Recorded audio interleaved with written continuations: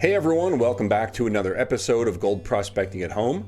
This is episode number 144, and this is a really special one, as you can tell by the title.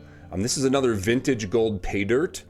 This one's from 1974, and it is called Sourdough Joe's Gold Panning Kit. It says Prospector's Gold Pan, Gold Panning Manual, Gold Panning Paydirt, and at the bottom here it says 1974 Sourdough Joe's of Colorado. So that's pretty awesome. I found it on eBay. I paid $58 after shipping, and I purchased it last month. It's still sealed. It's original. I have this little post-it note so I know when I bought it and how much I paid for it. But it's still sealed up. We're gonna open this thing up and see exactly what's in it. And I know you guys really enjoy these vintage gold panning Paydyrts, so if you enjoy these videos, let me know in the comments, hit the thumbs up button. And also I apologize for not making as many videos on this channel. I've been really busy over on the Klesh Guitars channel, giving away guitars and stuff. There's actually a giveaway going on right now. If you guys are interested, you can go to Klesh Guitars and all that information's over there. Okay, so anyway, let's take this over to the panning station. We'll chop it open, and we'll read the manual and everything, and we'll see exactly what is, if this is guaranteed a minimum amount of gold or not. It doesn't say anything on the outside of the box, so we'll look through the manual for archival purposes, and I hope you guys enjoy the video. Okay, here it is, the Sourdough Joe's Gold Panning Kit from 1974. Let's take a look at it in a pan. That is nice, and I'm not going to throw it because I don't want to damage it. We're actually going to open this thing very carefully around the seams here with a razor blade.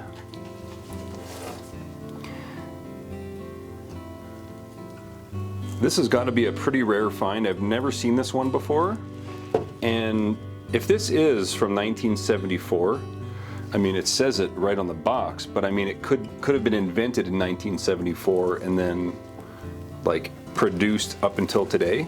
Because this packaging does look pretty new, to be honest, and it would surprise me if it's that old now that I'm looking at it closer. We'll leave it like that. Let's see if we can carefully open this thing.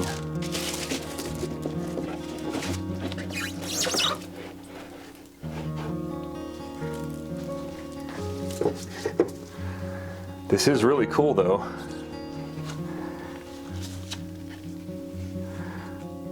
1974. I'm going to zoom in a bit and I'm going to page through it.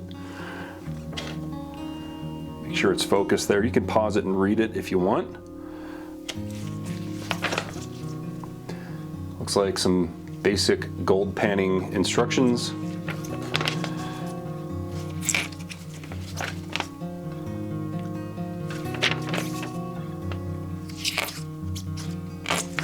Really detailed instructions.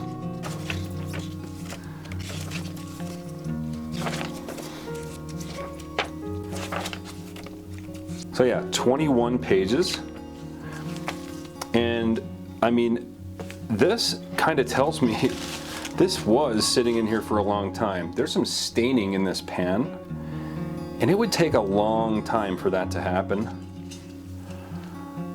I think this is from 1974. It may have just been in somebody's basement for that long. This is really cool. Yeah, even the inside of the box has some like staining from metal, just from being there for so long. And this is in such good condition. That's pretty crazy. And here's our Paydirt bag. It is stapled across the top. And yeah, let's get it into a pan and see what it looks like. So I'm just going to take my time opening this thing because I think I want to actually put this material back in and staple it back up when I'm done. This is a pretty cool display piece. It's, you know, there's only, who knows how many of these are actually left out there in the world, especially in this good of condition. This may be the last one, but who knows, right? All right, there we go. I got the label off, the tag, without damaging it. All right, I'm just gonna pour this out into the pan. it's looking like it's going to be really dusty.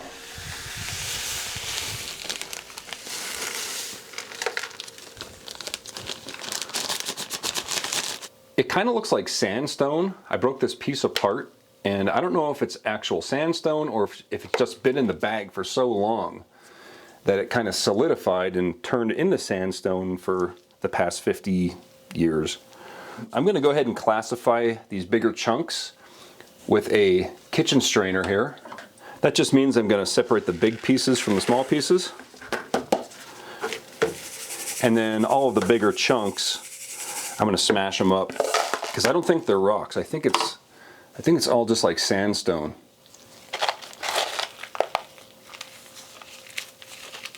Yeah. I'll pour this in to my little crusher here. And just kind of smash it up.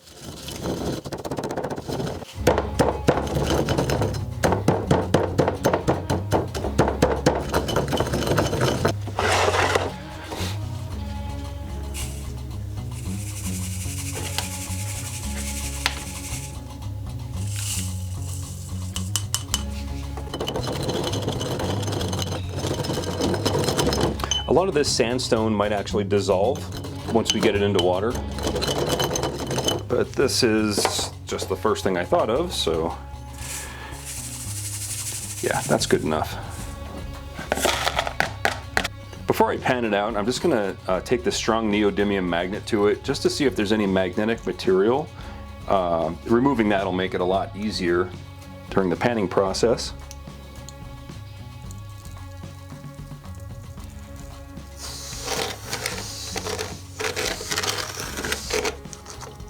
Yeah, there's a little bit of magnetics in there. Not a lot, but definitely worth the effort of trying to remove it here. Okay, here's our plus and minus kitchen strainer size material. In the plus, I'm looking for gold nuggets. Do you guys see anything? Sometimes in the camera, it's actually easier to see it. I don't see anything. Unfortunately, that means we probably don't have any nuggets, or definitely don't have any nuggets. We'll still pan it out just in case this is, you know, a mud-covered nugget, but we also have our magnetic material. Let's see. Yeah, even some of the sandy-looking material is actually magnetic, along with, of course, the magnetite black sands there. All right, so let's pan this stuff out. I'll bring over Crusty Rusty. I'll add some water and some jet dry to break the surface tension of the water.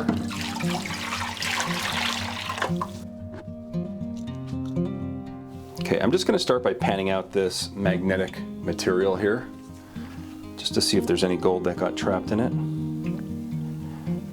Probably not, but it's always worth checking. Yeah, see, that's a sign that this is really old. A lot of times when you have really old vintage pay dirt, it tends to clump up in these like dirt bubbles. See that?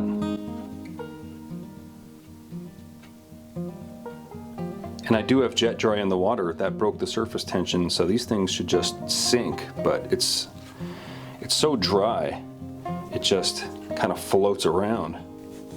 All right, I'm just gonna go ahead and pan this stuff back in the pan here. We'll see if there's any gold.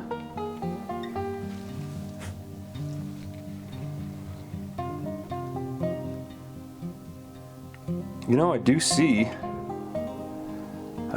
one little piece, or maybe two. Let me zoom in a little bit more. I know it's real hard to see in this camera, especially with a blue pan, but right at the tip of the screwdriver, there's one there and one right there.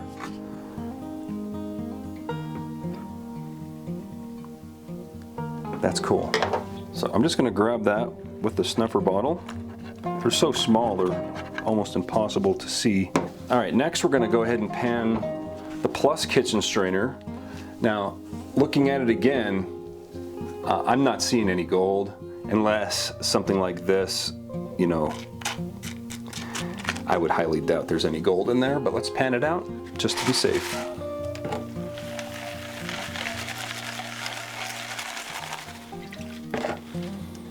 Nice piece of quartz right there.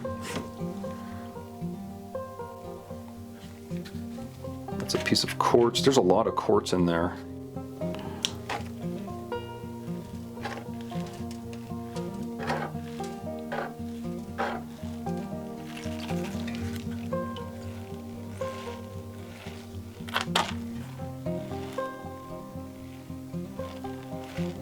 Yeah, no gold in that.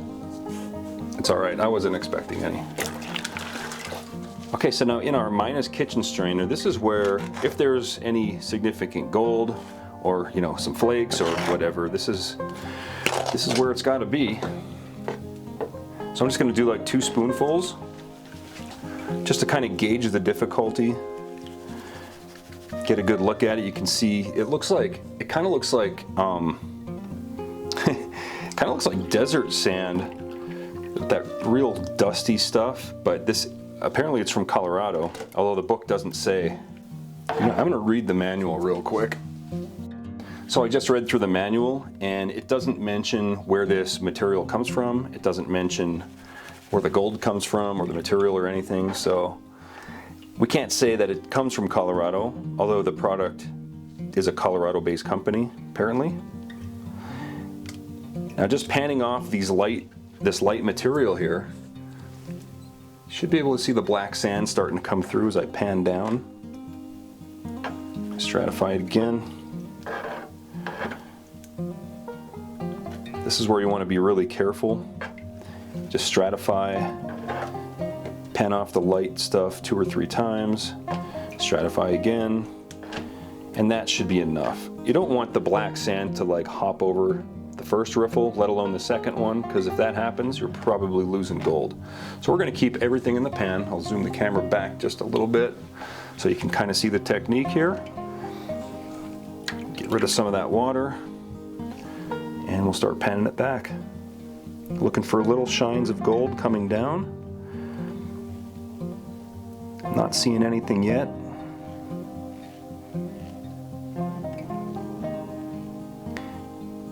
I don't see any gold in that pan. That's okay. So I just gauged the difficulty on that. I would give it probably a, I don't know, like a 4 out of 10. It's got some black sands in it. It's not difficult. The blonde sands, they clean off very quickly, so we're just going to go ahead and pan the rest of this all in one shot here.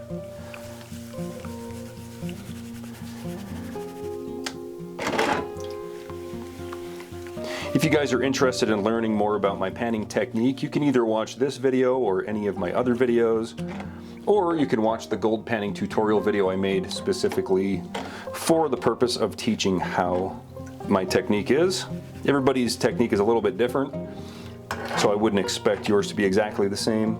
But for most people, I think that's a pretty good starting point.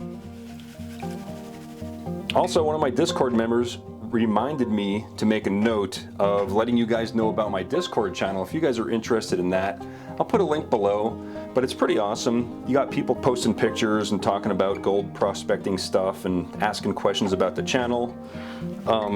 Yeah, definitely go over there, check it out. I'll put an invitation link in the description. It's free. All right, we're getting down to the majority of our black sands here. You can see how much there is, and I actually think I see a piece of gold right there, I think. Let's keep going. I'm not sure if that's gold. It might have been a yellow piece of sand. I don't want to pan too much more off. Yeah, we're done panning it off. Maybe one more. You can still see the light material coming off, but I don't want the black sands to follow it. So the more you get out of the pan, the easier the cleanup process is going to be. But I have a trick for that too. So we'll just go ahead and start panning it back. Now all this material that's coming back, I know there's no gold in it, right? So I can clean that off and start over. I don't know if my camera is zoomed back enough. Let me do that one more time. So I start like this, start panning a little bit back. Just go slowly. And as long as you don't see any gold come back, then you can take the squirt bottle and just eliminate that from from your pan, and just do that 2 or 3 times.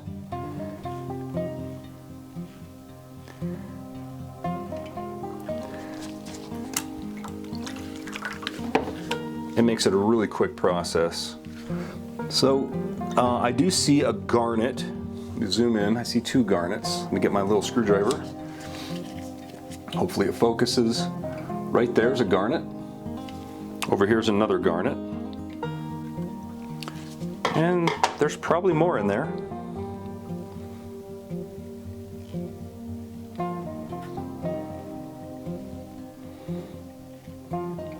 All right. I don't see any gold coming down, so I'm going to go ahead and clean that out one more time. Zoom back a little bit more. All right. Now we're going to see some gold if there's any in here.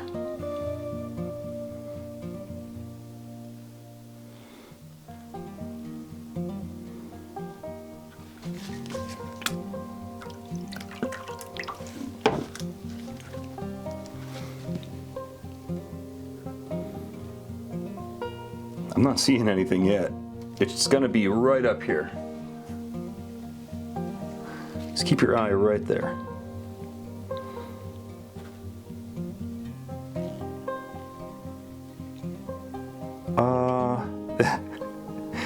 All right, we got some gold, but wow, they really don't put a lot in there. All right, all right, there's a little piece right there. Let me get my screwdriver. There's a little piece right there. There's a little bit right there. There's a couple flakes right here. Like, I mean, let me put a dime in there so you can see how small these little pieces are, right? Just flour gold. This is like, it's kind of like real concentrates here. Let me get everything into a corner here so you can see. Yeah, there's only a little bit. You would think they'd throw a flake or 2 in there, but yeah, that's it. I'll get my finger out so it focuses better, but you can see right there, I don't know, what is that, 8 little specks of gold? And that's it. Wow. All right, so normally at this part of the video, I would dry it out, weigh it up, get a value on it, and talk about it a little bit on camera. However, there was pretty much 0 gold in there. There's just a little bit of flour gold, which definitely was a pretty cool experience. However, in 1974, when gold was worth a heck of a lot more than it is today, that gold is worth even less back then. So that's pretty darn bad. I could understand if it was like, you know, there was more information in the booklet saying that it's, you know, 100% natural sluice box concentrates with no guaranteed minimum amount of gold. However, back in 1974, that really wasn't a thing. Back then, these things were more like, you know, souvenir items. Like if you travel out to like a gold panning area or a gold mine, they sell these at the gift store and you could buy them. I don't know what they cost back then, but you know, I would guess maybe $5 or $6, maybe something like that. Just something to have from the gold mine. So as a souvenir itself, I think it's pretty cool. The packaging's really awesome. And I mean, it's 2024 and we're panning through dirt that was packaged as this product back in 1974. So I still think it's pretty cool. Would I recommend it to my, you know, if I had a time machine and I could warn people about it back in 1974, I would, but unfortunately we don't have that technology yet. So anyway, if you guys enjoyed this video, hit the thumbs up button. If you haven't subscribed yet, go ahead and do that. And that's all I got for today. Thanks for watching. If you're still here, you're one of the 42% that actually watched the entire video, so thanks so much for that. It really helps the show. Also, huge thanks to all of my Patreon supporters and channel members scrolling right here. If you like this video, definitely consider subscribing, hitting the like button, and also checking out the video I have linked right over there. It's very relevant to what you just watched, and thanks for watching.